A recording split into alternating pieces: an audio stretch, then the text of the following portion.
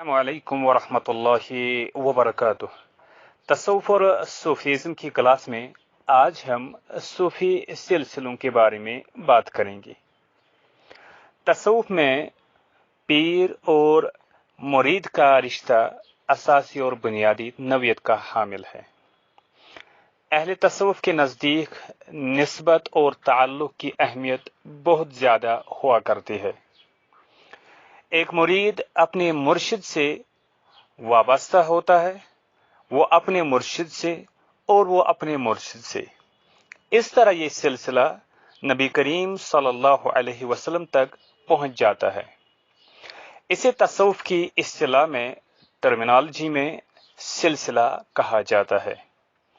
ہر سلسلہ کو اپنے کسی مشہور بزرگ کے نام سے موسوم کیا جاتا ہے۔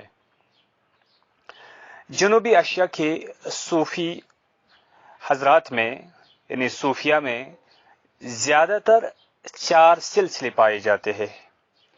ان میں سب سے مشہور سلسلہ چشتیہ ہے، جو خواجہ معین الدین چشتی سے منسوب ہے، اور خواجہ معین الدین چشتی 6 اور 7ویں صدی کے صوفی بزرگ ہے، یعنی ان کی پیدائش ہوئی ہے 535 ہجری میں اور وفات اور انتقال 627 ہجری میں۔ عیسوی کیلنڈر کے اعتبار سے 1141 میں ان کی پیدائش اور 1230 میں ان کی وفات ہوئی ہے۔ اس کے علاوہ نقشبندی، قادری اور سہروردی سلسلے بھی پائے جاتے ہیں، جو بالترتیب خواجہ بہاؤالدین نقشبند، جن کی پیدائش 717 ہجری میں ہوئی اور وفات 791 عیسوی میں ہوئی۔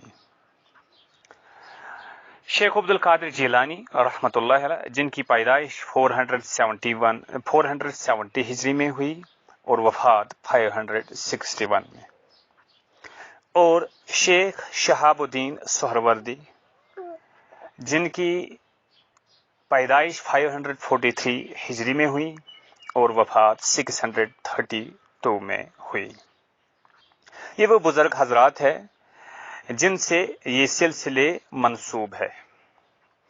چشتی، قادری اور سہروردی سلسلوں کا کہنا یہ ہے کہ وہ حضرت علی رضی اللہ عنہ کی وساطت سے تعلق سے اپنا تعلق رسول اللہ صلی اللہ علیہ وسلم سے قائم کرتے ہیں، جبکہ نقشبندی سلسلہ کے شیوخ کا موقف یہ ہے، پوائنٹ آف ویو یہ ہے کہ وہ حضرات کہتے ہیں کہ وہ حضرت ابوبکر رضی اللہ عنہ کی وساطت سے تعلق سے ایسا کرتے ہیں، یعنی وہ اپنے آپ کو حضرت علی رضی اللہ عنہ سے منسوب کر کے نبی صلی اللہ علیہ وسلم سے تعلق قائم کرتے ہیں۔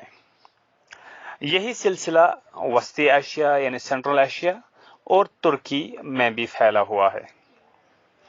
ان میں سے ہر سلسلے کی پھر متعدد شاخیں ہیں، برانچز ہیں۔ مثلا چشتی سلسلے کی 2 بڑی شاخیں ہیں جو صابری اور نظامی کہلاتی ہے۔ صابری شیخ صابر کلیری سے منسوب ہے اور نظامی حضرت نظام الدین اولیاء سے منسوب ہے۔ شیخ صابر کلیری، ان کی پیدائش ہوئی ہے 592 ہجری میں اور وفات انتقال 690 میں، اور نظام الدین اولیاء کی پیدائش ہوئی ہے 635 میں اور 725 میں ان کی رحلت ہوئی ہے۔ نقشبندی سلسلے کی مشہور ترین شاخ مجددی ہے، جو شیخ احمد سرہندی المعروف به مجدد الفسانی سے منسوب ہے، اور مجدد الفسانی کی پیدائش ہوئی ہے 971 ہجری میں اور ان کی وفات ہوئی ہے 1034 ہجری میں۔ برصغیر کے زیادہ تر نقشبندی حضرات کا تعلق مجددی شاخ سے ہوتا ہے۔ وسطی ایشیا یعنی سینٹرل ایشیا میں اس کی اور شاخیں بھی موجود ہے اور شاخیں بھی پائی جاتی ہیں۔ جنوبی ایشیا سے باہر متعدد سلسلے پائے جاتے ہیں جن میں رفاعی، شاذلی، تیجانی، بختاشی، مولوی یا اسی طریقے سے سنوسی، تیجانی، نعمت الہی، قلندری، نور بخشی، اسی طریقے سے یہ وہ مختلف سلسلے ہیں جو جنوبی ایشیا ساؤتھ ایشیا سے باہر پائے جاتے ہیں، باہر مشہور ہے۔ شام، لبنان، کویت اور مصر میں بالعموم رفاعی اور شاذلی سلسلے زیادہ پائے جاتے ہیں۔ ترکی میں زیادہ تر مولوی سلسلہ پایا جاتا ہے جو مولانا روم سے منسوب ہے، اور مولانا روم جو ہے ان کی پیدائش ہوئی ہے 603 ہجری میں اور ان کی وفات ہوئی ہے 671 ہجری میں۔ اس کے برعکس شمالی افریقہ میں سنوسی اور تیجانی، ایران میں نعمت الہی، مشرق یورپ میں بختاشی اور انڈونیشیا میں نقشبندی اور قادری سلسلے زیادہ پھیلے ہوئے ہیں۔ ان میں بعض سلسلے مشہور سلسلوں ہی کی شاخیں ہیں۔ ان معروف سلسلوں کے علاوہ ایک سلسلہ اویسیہ بھی ہے جس کا کہنا یہ ہے کہ جس میں شامل شیوخ کا کہنا یہ ہے کہ وہ براہ راست ڈائریکٹ حضرت اویس قرنی رحمۃ اللہ علیہ کی روح سے فیوز و برکات حاصل کرتے ہیں، جو کہ ایک تابعی بزرگ تھے۔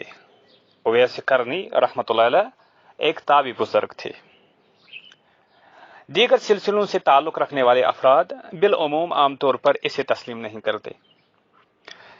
اویسی سلسلے کی ایک خصوصیت یہ ہے کہ اس میں ایک مرید صدیوں پہلے کے کسی شیخ سے براہ راست ڈائریکٹ تعلق قائم کرنے کا دعویٰ کر سکتا ہے، جبکہ باقی سلسلوں میں یہ ضروری ہے کہ مرید کسی ایسے شیخ سے تعلق رکھے جو اس کے زمانے میں موجود ہو۔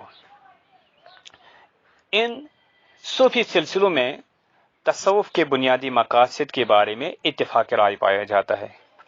بعض امور جیسے اوراد و اشغال، ذکر کے طریقے اور روحانی مشقوں کے بارے میں ان میں کچھ فرق پائے جاتے ہیں، مگر ان تمام سلسلوں کے لوگ دوسرے سلسلوں کا احترام کرتے ہیں۔ اتنا ضرور ہے کہ ان میں سے اکثر لوگ اپنے سلسلوں ہی کو سب سے افضل سمجھتے ہیں۔ یہ تھی آج کی کلاس۔ السلام علیکم ورحمۃ اللہ وبرکاتہ۔